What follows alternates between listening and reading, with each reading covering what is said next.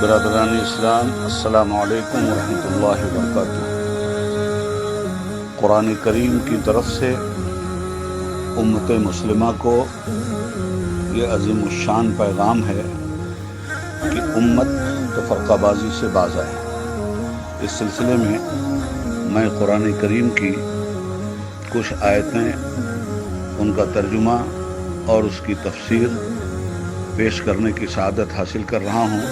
اللہ تعالیٰ سے دعا ہے کہ امت کو اختلاف اور انتشار سے بچائے اور اجتماعی طور پر ملک و ملت کے جو حالات ہیں ان پر نظر رکھیں، ساتھ ہی ساتھ ان حالات سے نبردآزما ہونے کی قرآن کی روشنی میں کوشش کریں۔ اعوذ باللہ من الشیطان الرجیم، بسم اللہ الرحمن الرحیم۔ وَاعْتَصِمُوا بِحَبْلِ اللَّهِ جَمِيعًا وَلَا تَفَرَّقُوا وَاذْكُرُوا نِعْمَةَ اللَّهِ عَلَيْكُمْ إِذْ كُنْتُمْ أَعْدَاءً فَأَلَّفَ بَيْنَ قُلُوبِكُمْ فَأَصْبَحْتُمْ بِنِعْمَتِهِ إِخْوَانًا وَكُنْتُمْ عَلَى شَفَا حُفْرَةٍ مِّنَ النَّارِ فَأَنْقَذَكُم مِّنْهَا كَذَلِكَ يُبَيِّنُ اللَّهُ لَكُمْ آيَاتِهِ لَعَلَّكُمْ تَهْتَدُونَ۔ ترجمہ: اے لوگو جو ایمان لائے ہو،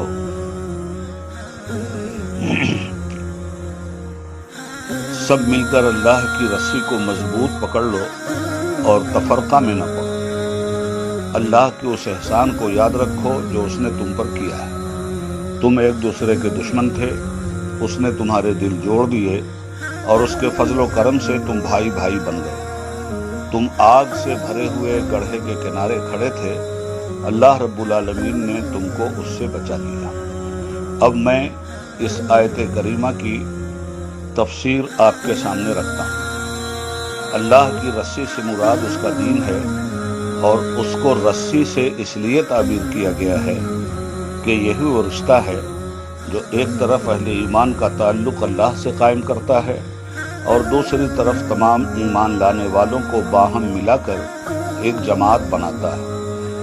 اس رسی کو مضبوط پکڑنے کا مطلب یہ ہے کہ مسلمانوں کی نگاہ میں اصل اہمیت دین کی ہونی چاہیے، اسی سے ان کو دلچسپی ہو، اسی کے اقامت میں وہ کوشاں رہیں اور اسی کی خدمت کے لیے آپس میں تعاون کرتے رہیں۔ جہاں دین کی اساسی تعلیمات اور اس کی اقامت کے نصب العین سے مسلمان ہٹے اور ان کی توجہات، دلچسپیاں جزیات و فروع کی طرف منعطف ہوئیں، پھر ان میں لازماً وہی تفرقہ اور اختلاف رونما ہو جائے گا جو اس سے پہلے انبیاء علیہم السلام کی امتوں کو ان کے اصل مقصد حیات سے منحرف کر کے دنیا اور آخرت کی رسوائیوں میں مبتلا کر چکا ہے۔ یہ اشارہ ہے اس حالت کی طرف جس میں اسلام سے پہلے اہل عرب مبتلا تھے۔ قبائل کی باہمی عداوتیں، بات بات پر لڑائیاں، شب و روز کے کشت و خون، جن کی بدولت قریب تھا کہ پوری عرب قوم نیست و نابود ہو جاتی۔ اس آگ میں جل مرنے سے اگر کسی چیز نے بچایا تو وہ یہی نعمت اسلام تھی۔ یہ آیات جس وقت نازل ہوئی ہیں اس سے 3-4 سال پہلے ہی مدینہ کے لوگ مسلمان ہوئے تھے، اور اسلام کی یہ جیتی جاگتی نعمت سب دیکھ رہے تھے کہ اوس اور خزرج کے دو قبیلے جو سالہ سال ایک دوسرے کے خون کے پیاسے تھے، باہم مل کر شیر و شکر ہو چکے تھے، اور یہ دونوں قبیلے مکہ سے آنے والے مہاجرین مکہ کے ساتھ ایسے بے نظیر ایثار و محبت کا برتاؤ کر رہے تھے جو ایک خاندان کے لوگ بھی آپس میں نہیں کرتے۔ قرآن کریم آگے فرماتا ہے، وَلْتَكُن مِّنكُمْ أُمَّةٌ يَدْعُونَ إِلَى الْخَيْرِ وَيَأْمُرُونَ بِالْمَعْرُوفِ وَيَنْهَوْنَ عَنِ الْمُنكَرِ وَأُولَٰئِكَ هُمُ الْمُفْلِحُونَ۔ تم میں کچھ لوگ تو ایسے ضرور ہی ہونے چاہیے جو نیکی کی طرف بلائیں، بھلائی کا حکم دیں اور برائیوں سے روکتے رہیں۔ جو لوگ یہ کام کریں گے وہی فلاح پائیں گے۔ وَلَا تَكُونُوا كَالَّذِينَ تَفَرَّقُوا وَاخْتَلَفُوا مِن بَعْدِ مَا جَاءَهُمُ الْبَيِّنَاتُ وَأُولَٰئِكَ لَهُمْ عَذَابٌ عَظِيمٌ۔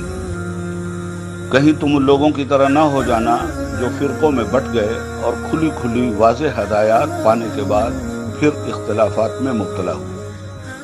یہ اشارہ ان امتوں کی طرف ہے جنہوں نے خدا کے پیغمبروں سے دین حق کی صاف اور سیدھی تعلیمات پائیں، مگر کچھ مدت گزر جانے کے بعد اساس دین کو چھوڑ دیا اور غیر متعلق ضمنی و فروعی مسائل کی بنیاد پر مناظرہ بازی کرتے ہوئے الگ الگ فرقے بنانے شروع کر دیے۔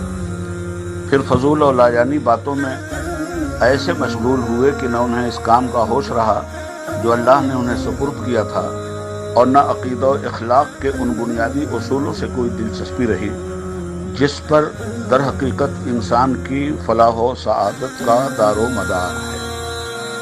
آگے قرآن کریم کہتا ہے، یوم تبیض وجوہ وتسود وجوہ فاما الذین اسودت وجوہہم اکفرتم بعد ایمانکم فذوقوا العذاب بما کنتم تکفرون۔ جنہوں نے یہ روش اختیار کی وہ اس روز سخت سزا پائیں گے جب کچھ لوگ سرخرو ہوں گے اور کچھ لوگوں کا منہ کالا ہوگا۔ جن کا منہ کالا ہوگا ان سے کہا جائے گا کہ نعمت ایمان پانے کے بعد بھی تم نے کافرانہ رویہ اختیار کیا تھا، اچھا تو اب اس کفران نعمت کے صلے میں عذاب کا مزہ چکھو۔ وَأَمَّا الَّذِينَ ابْيَضَّتْ وُجُوهُهُمْ فَفِي رَحْمَةِ اللَّهِ هُمْ فِيهَا خَالِدُونَ۔ رہے وہ لوگ جن کے چہرے روشن ہوں گے تو اللہ کے دامن رحمت میں ان کو جگہ ملے گی، وہ ہمیشہ اسی حالت میں رہیں گے۔ تِلْكَ آیَاتُ اللَّهِ نَتْلُوهَا عَلَيْكَ بِالْحَقِّ، یہ ہیں اللہ تعالیٰ کے ارشادات جو آپ کو ٹھیک ٹھیک سنائے جا رہے ہیں۔ وَمَا اللَّهُ يُرِيدُ ظُلْمًا لِلْعَالَمِينَ، کیونکہ اللہ تعالیٰ دنیا والوں پر ظلم کرنے کا کوئی ارادہ نہیں رکھتا۔ زمین و آسمان کی ساری چیزوں کا مالک وہی ہے اور سارے معاملات اللہ ہی کے حضور پیش ہوتے ہیں۔ وَلِلَّهِ مَا فِي السَّمَاوَاتِ وَمَا فِي الْأَرْضِ وَإِلَى اللَّهِ تُرْجَعُ الْأُمُورُ۔ یعنی چونکہ اللہ تعالیٰ دنیا والوں پہ ظلم نہیں کرنا چاہتا، اس لیے ان کو سیدھا راستہ بھی بتا رہا ہے اور اس بات سے بھی انہیں قبل از وقت آگاہ کیے دیتا ہے کہ آخر کار وہ کن امور پر ان سے باز پرس کرنے والا ہے۔ اس کے بعد بھی جو لوگ کجروی اختیار کریں اور اپنے غلط طرز عمل سے باز نہ آئیں، وہ اپنے آپ پر خود ہی ظلم کریں۔ حضرات گرامی، میں نے قرآن کریم کی یہ آیات آپ کے سامنے درد بھرے انداز میں اس لیے رکھی ہیں کہ آج ملک کے اندر ہم لوگ جس طرح اختلافات کے ساتھ اپنی زندگی گزار رہے ہیں، کفر ہمارے اوپر ہر طرف سے دھاوا بولے ہوئے ہے اور ہم اتحاد و اتفاق کی ڈور پکڑنے کے لیے اب بھی تیار نہیں ہیں۔ میں تمامی مسلمانان ہند سے گزارش کرتا ہوں کہ خدا کے لیے آپ لوگ اپنے اپنے مسلکی تحفظات کے ساتھ ملت کے لیے، اسلام کے لیے، دین کے لیے، حرمت رسول کے لیے، آثار اسلام کی حفاظت کے لیے متحدہ پلیٹ فارم بنائیں اور متحد ہو کر اپنی آواز کو اٹھائیں، ورنہ کفر کی باغیانہ روش کو دیکھتے ہوئے ہمیں ایسا لگتا ہے کہ یہ لوگ ہندوستان کے مسلمانوں کا حال بالکل برما کے مسلمانوں کی طرح بنا دینا چاہتے ہیں۔ بزدلی مومن کا شیوا نہیں ہے۔ اٹھیے، آپس میں اتحاد و یگانگت پیدا کیجیے اور جم کر کفر و شرک اور ظلم و ستم کے مقابلے میں عدل و انصاف کی آواز بلند کیجیے۔ اللہ تعالیٰ پوری قوم کا حامی و ناصر ہو۔ پروردگار عالم سے دعا ہے کہ تمام مسلمانان عالم بالخصوص ہندوستانی مسلمانوں کی عزت و جان و مال و آبرو کی حفاظت کرے۔ والسلام علی من اتبع الہدی۔